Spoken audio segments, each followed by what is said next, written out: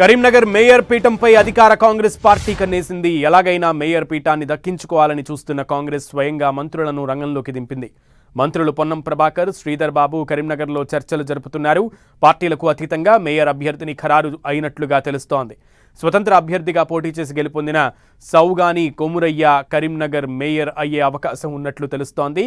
ఇందుకోసం BRS, MIM forward బ్లాక్తో పాటు 5 కార్పొరేటర్ల మద్దతు కూడగట్టే ప్లాన్ చేస్తున్నారు మంత్రులు. కరీంనగర్లో బీజేపీకి అవకాశం ఇవ్వకుండా బీఆర్ఎస్తో పొత్తుకు ప్లాన్ చేస్తున్నారు. కరీంనగర్ కార్పొరేషన్ని ఎలాగైనా దక్కించుకోవాలని అధికార కాంగ్రెస్ పార్టీ వ్యూహ ప్రతివ్యూహాలు చేస్తున్నట్లుగా తెలుస్తోంది. పూర్తి సమాచారం మా ప్రతినిధి సతీష్ను అడిగి తెలుసుకుందాం. సతీష్, కరీంనగర్ కార్పొరేషన్లో మేయర్ స్థానం ఇటు బీజేపీ దక్కకుండా చేసేందుకు కాంగ్రెస్ కావచ్చు, బీఆర్ఎస్, అదేవిధంగా ఎంఐఎం ఇండిపెండెంట్ల మద్దతుతో మేయర్ పీఠాన్ని కైవసం చేసుకోని చెప్పి కాంగ్రెస్ వ్యూహంలో రచిస్తుంది. ఇందులో భాగంగానే ఇండిపెండెంట్ అభ్యర్థి సౌగాని కొమరయ్యకు మేయర్ పదవి ఇస్తే పైన ఆలోచన చేస్తుంది. ఎందుకంటే ప్రస్తుతం అయితే ఇండిపెండెంట్ అభ్యర్థికి ఇవ్వడం వల్ల ఇటు రాజకీయంగా వచ్చే విమర్శలకు సమాధానం చెప్పవచ్చు. ఇటు కాంగ్రెస్ అదేవిధంగా బీఆర్ఎస్ రాష్ట్రంలో ఇటు విమర్శలు ప్రతి విమర్శలు చేసుకున్న నేపథ్యంలో ఈ రెండు పార్టీలు కలిసి వెళ్తున్నాయని చెప్పి బీజేపీ కూడా విమర్శ చేసే అవకాశం ఉన్న నేపథ్యంలో ఇటు రెండు పార్టీలు కలిసి స్వతంత్ర అభ్యర్థికి సపోర్ట్ చేసే విధంగా ఆలోచన చేస్తున్నాయి. ఇందులో భాగంగానే ఇండిపెండెంట్ అభ్యర్థికి సపోర్ట్ చేయాలని చెప్పి ఒక నిర్ణయం తీసుకున్నారుగా తెలుస్తుంది. ఇండిపెండెంట్కు సపోర్ట్ చేస్తే ఇటు రాజకీయంగా కూడా విమర్శలకు ఒక సమాధానం చెప్పే అవకాశం కూడా ఉంటుంది. ఎవరికి కూడా విమర్శించే అవకాశం లేకుండా ముందుకు వెళ్ళాలని చెప్పి వ్యూహాత్మకంగానే ఒక స్వతంత్ర అభ్యర్థికి మేయర్ పీఠాన్ని కట్టబెట్టాలని చెప్పి ఇటు పార్టీలన్నీ కూడా కలిసినట్టుగా తెలుస్తుంది. ఇందులో భాగంగానే కరీంనగర్ స్వతంత్ర అభ్యర్థిగా 10వ డివిజన్ తరఫున 10వ డివిజన్ నుంచి పోటీ చేసినటువంటి ఇండిపెండెంట్ అభ్యర్థి సౌగాని కొమరయ్యకు మేయర్ స్థానాన్ని ఇవ్వాలని చెప్పి కాంగ్రెస్ అదేవిధంగా మిగతా పార్టీల మధ్య ఒక సయోధ్య కుదిరినట్టు తెలుస్తుంది. ఇదంతా కూడా ఏకాభిప్రాయం వచ్చినట్లుగా సమాచారం అందుతుంది. ఈ నేపథ్యంలోనే తెరపైకి కొమరయ్య పేరు తీసుకువచ్చారు. ఇటు బీజేపీ కూడా మొదటి నుంచి కూడా మేయర్ స్థానాన్ని కైవసం చేసుకోవాలని చెప్పి చాలా బలమైన పోటీ ఇచ్చింది. 30 మంది అభ్యర్థులు బీజేపీ తరఫున విజయం సాధించారు.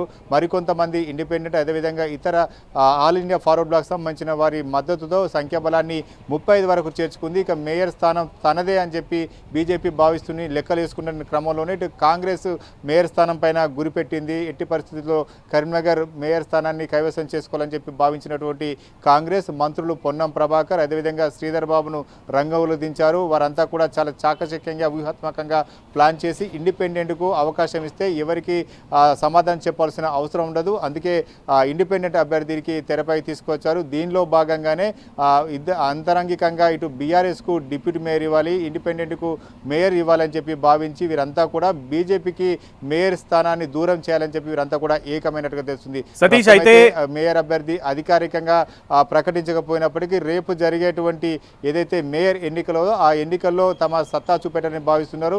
ప్రస్తుతం అయితే కాంగ్రెస్కు 35 సంఖ్యాబలంగా చేరినట్టు తెలుస్తుంది. వీరికి ఎక్సెఫ్షో ఉన్నటువంటి Congress MLA Kavvampalli Satyanarayana, BRS MLA Gangula Kamalakar వీళ్ళు ఎక్సెఫ్షోగా కలిసి వచ్చే అవకాశం ఉంది. దీంతో పాటు ఇటు బీజేపీ కూడా 35 అనుకుంది. కానీ ఇందులో ఉన్నటువంటి వారు ఒకరు కొద్దిసేపటి క్రితమే ఆల్ ఇండియా ఫార్వర్డ్ బ్లాక్ సంబంధించినటువంటి సాయి జ్యోతి కొద్దిసేపటి క్రితమే కాంగ్రెస్ గూటికి చేరింది. దీంతో బీజేపీ సంబంధించిన సంఖ్యాబలం తగ్గినట్టుగా సమాచారం అవుతుంది.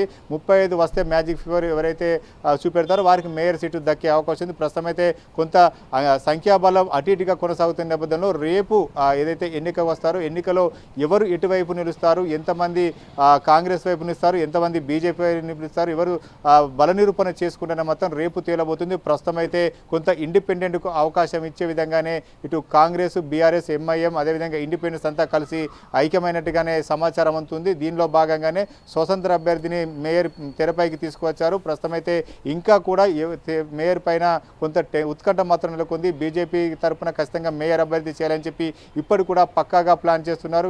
ఈ అంశాన్ని మేయర్ స్థానాన్ని కైవసం చేసుకుని బీజేపీ కేంద్ర మంత్రి బండి సంజయ్ చాలా సీరియస్గా తీసుకున్నారు. అయినప్పటికీ కూడా 14 సీట్లు గెలిచినటువంటి కాంగ్రెస్ అదేవిధంగా బీఆర్ఎస్ రెండూ కలిసి మిగతా స్వతంత్ర అభ్యర్థులతో కలిసి మేయర్ స్థానాన్ని కైవసం చేసుకోవాలి చేసుకోవాలని చెప్పి బీజేపీకి బలమైన పోటీ ఇవ్వాలని చెప్పి వీళ్ళంతా కూడా మేయర్ స్థానం పైన గురిపెట్టడం జరిగింది. మరోవైపు ఇటు బీఆర్ఎస్ కూడా ఇలా చాలా ఊహాత్మకంగా వ్యవహరిస్తుందని చెప్పుకోవచ్చు. ఎందుకంటే రేపు రాష్ట్రంలో బలమైనటువంటి ప్రతిపక్ష పార్టీగా బీఆర్ఎస్ ఉందని చెప్పి నిరూపించుకోవాలంటే ఖచ్చితంగా బీజేపీని తగ్గించాలి. దీనిలో భాగంగానే ఇటు బీఆర్ఎస్ కాంగ్రెస్తో కలిసి స్వతంత్ర అభ్యర్థికి సపోర్ట్ చేయాలని చెప్పి ఒక నిర్ణయం తీసుకున్నట్టుగా సమాచారం ఉంటుంది. దానిలో భాగంగానే ఇటు బీఆర్ఎస్ అదేవిధంగా కాంగ్రెస్ సపోర్ట్ చేస్తున్నటువంటి ఇండిపెండెంట్ను తెరపైకి తీసుకొచ్చినట్టుగా తెలుస్తుంది. ప్రస్తుతం అయితే కొంత రాజకీయ పరిణామాలు మాత్రం మారుతున్నాయి, ఈక్వేషన్స్ మారుతున్నాయి.